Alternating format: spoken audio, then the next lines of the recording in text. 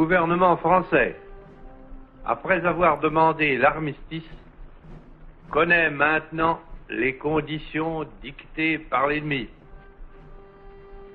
Il résulte de ces conditions que les forces françaises de terre, de mer et de l'air seraient entièrement démobilisées, que nos armes seraient livrées, que le territoire français serait totalement occupé et que le gouvernement français tomberait sous la dépendance de l'Allemagne et de l'Italie. On peut donc dire que cet armistice serait non seulement une capitulation, mais encore un asservissement.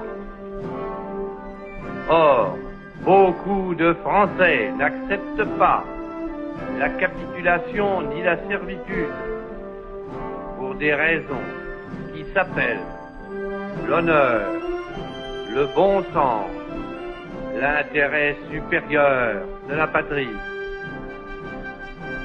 Je dis l'honneur, car la France s'est engagée à ne déposer les armes que d'accord avec ses alliés. Tant que ses alliés continuent la guerre, son gouvernement n'a pas le droit de se rendre à l'ennemi. Le gouvernement polonais, le gouvernement norvégien, le gouvernement hollandais, le gouvernement belge, le gouvernement luxembourgeois, quoique chassés de leur territoire, ont compris ainsi leur devoir. Je dis le bon sens, car il est absurde de considérer la lutte comme perdue. Oui, nous avons subi une grande défaite, un système militaire mauvais, les fautes commises dans la conduite des opérations, l'esprit d'abandon du gouvernement pendant ces derniers combats nous ont fait perdre la bataille de France. Mais il nous reste un vaste empire, une flotte intacte, beaucoup d'or. Il nous reste des alliés dont les ressources sont immenses et qui dominent les mers. Il nous reste les gigantesques possibilités de l'industrie américaine, les mêmes conditions de la guerre qui nous ont fait battre par 5000 avions et 6000 chars peuvent nous donner demain la victoire par 20 000 chars et 20 000 avions. Je dis l'intérêt supérieur de la patrie, car cette guerre n'est pas une guerre franco-allemande qu'une bataille puisse décider. Cette guerre est une guerre mondiale.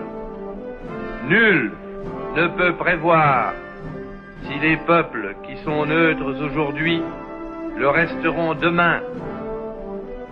Même les alliés de l'Allemagne resteront-ils toujours ses alliés si les forces de la liberté triomphent finalement de celles de la servitude? Quel serait le destin d'une France qui se serait soumise à l'ennemi? L'honneur, le bon sens, l'intérêt supérieur de la patrie commandent à tous les Français libres de continuer le combat là où ils seront et comme ils pourront. Il est par conséquent nécessaire de grouper partout où cela se peut une force française aussi grande que possible.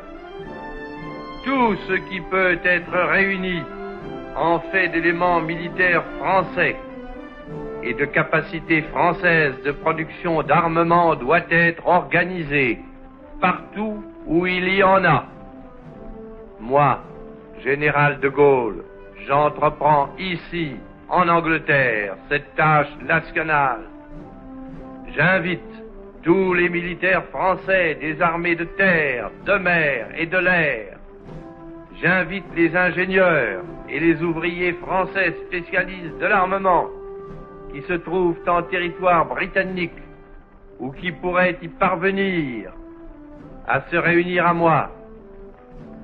J'invite les chefs, les soldats, les marins, les aviateurs des forces françaises de terre, de mer, de l'air, où qu'ils se trouvent actuellement, à se mettre en rapport avec moi. J'invite tous les Français qui veulent rester libres à m'écouter et à me suivre. Vive la France, libre, dans l'honneur et dans l'indépendance.